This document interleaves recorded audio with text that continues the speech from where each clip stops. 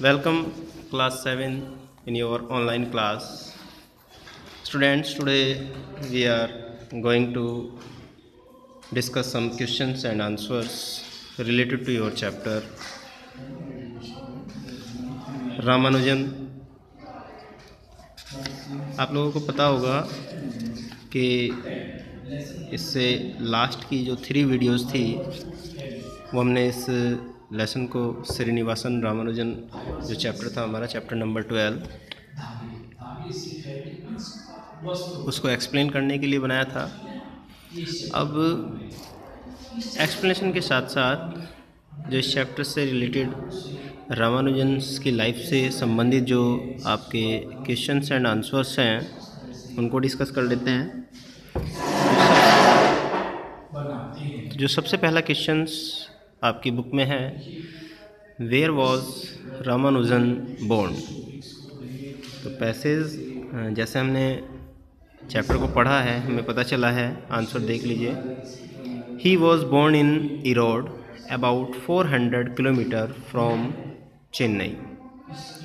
चेन्नई से लगभग 400 किलोमीटर की दूरी पर इरोड में उनका जन्म हुआ था। सेकंड क्वेश्चन है, how did Ramanujan benefit from reading a book by G.S. Car. How did Ramanujan benefit from reading a book by G.S. Car. G.S. Car के द्वारा लिखी हुई जो बुक थी रामानुजन को किस प्रकार से उससे बेनिफिट पहुंचा।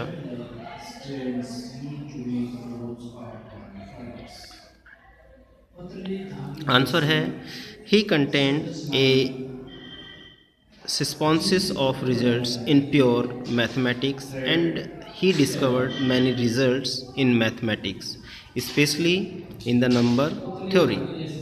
तो उसमें काफ़ी सारे मैथ से रिलेटेड जो प्योर रिजल्ट्स थे उनको कंटेंट किया गया था और काफ़ी सारे मैथ से रिलेटेड रिजल्ट्स जो मैथमेटिक्स स्पेशली नंबर थ्योरी पर आधारित थे उनको उन्होंने इसमें डिस्कस किया था। Question number 3, why was Ramanujan scholarship to study in the government college in Kumbakonam not accepted. Ramanujan ने जो उनकी स्कॉलरशिप थी गवर्नमेंट कॉलेज कुंभकोणम में वो एक्सेप्ट क्यों नहीं हुई थी। Answer,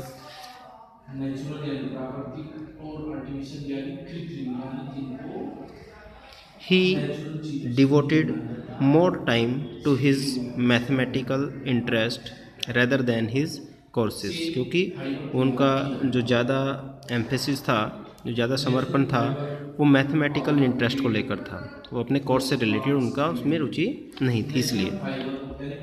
how did he procure a job as a clerk in the Madras port trust.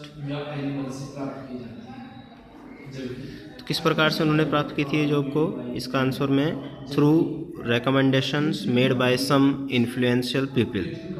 जो प्रभावशाली व्यक्ति थे उन्होंने उनको रेकमेंड किया था उस जॉब के लिए, इस प्रकार से उन्होंने उस जॉब को प्राप्त किया था।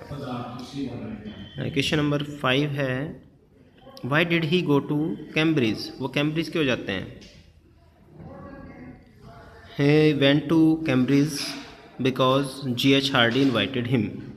G.H. हार्डी ने उनको वहाँ पर इनवाइट किया था इसलिए वो वहाँ पर पहुँचे हैं। बहुत शॉर्ट में आंसर्स को लिखने का प्रयास किया गया है ताकि आपको लर्निंग में और समझने में प्रॉब्लम ना हो।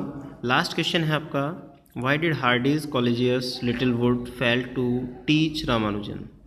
वाई डिड हार्डीज कॉलेज जो हार्डी के साथी थे लिटिलवुड के, fail to teach Ramanujan, Ramanujan को फेल करने में वो असफल क्यों हुए। Ramanujan was too full of original ideas. क्योंकि रामानुजन के जो आइडियाज़ थे वो बिल्कुल ओरिजिनलिटी पर आधारित थे, इसीलिए वो असफल हुए, वो लोग असफल हुए रामानुजन को टीच करने के लिए। तो ये आपके क्वेश्चंस के आंसर हुए बेटे 1 to 6। इनकी पिक मैं आपको बाद में भेज देता हूँ। क्वेश्चन आप अपनी नोटबुक बुक से लिखेंगे और उसके बाद आप लिखेंगे अपने आंसर्स को अपनी नोटबुक में। After that there is some grammatical and listening task in your book. जैसे कि नेक्स्ट पेज पर आपको दिया गया है लिसनिंग टास्क। यहाँ पर आपको ये स्टोरी बताई गई है क्वेश्चन में Your teacher will now read out an extract on famous Indian scientist Shanti Swarup Bhatnagar. As you listen, complete the following statements. यहाँ पर बताया गया है एक और वैज्ञानिक के बारे में जिनका नाम था शांति स्वरूप भटनागर। आपको उसको सुनकर और इन सेंटेंस को पूरा करना है। मैं इसी के माध्यम से आपको इनकी स्टोरी के बारे में बता देता हूँ। Shanti Swarup Bhatnagar was born at, सबसे पहले इसमें पूछा गया है उनका जन्म कहाँ पर हुआ था। उनका जन्म हुआ था बहरा, जो कि पाकिस्तान में है। बहरा जो कि पाकिस्तान में है। तो आप इसको भरेंगे अपनी बुक में ही। He developed an interest in engineering and science due to his maternal grandfather. उनके मैटरनल ग्रैंडफादर की रुचि की वजह से ही जो शांति स्वरूप भटनागर साइंटिस्ट थे, उनका इंटरेस्ट इंजीनियरिंग और साइंस की तरफ हुआ था, उनका रुझान। And third is he studied at, उनकी जो अध्ययन हुआ था, उनकी जो शिक्षा हुई थी वो हुई थी दयाल सिंह कॉलेज, जो कि लाहौर में है। लाहौर यानी कि पाकिस्तान में है। उन्होंने अपनी शिक्षा दयाल सिंह कॉलेज में प्राप्त की थी। नेक्स्ट क्वेश्चन है आपका फिलअप वाला इसमें। He started his career as a profession in, सबसे पहले यानी कि प्रोफेशन के रूप में, अध्यापन के रूप में उन्होंने अपना कार्य कहाँ से स्टार्ट किया, अपना कैरियर कहाँ से उनका स्टार्ट हुआ। तो इस क्वेश्चन में हमें भरना है बनारस हिंदू यूनिवर्सिटी से उन्होंने एज ए प्रोफेसर अपना कैरियर स्टार्ट किया था। And the government of India award, Bharat सरकार ने उनको पद्म भूषण के अवार्ड से सम्मानित भी किया। The government of India gave him Padma Bhushan awards.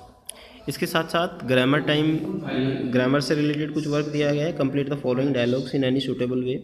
यहाँ पर दो गर्ल्स हैं, लीना एंड शीना, दोनों आपस में बात कर रही हैं और उन्हीं के बात के आधार पर हमें इस कन्वर्सेशन को कंप्लीट करना है।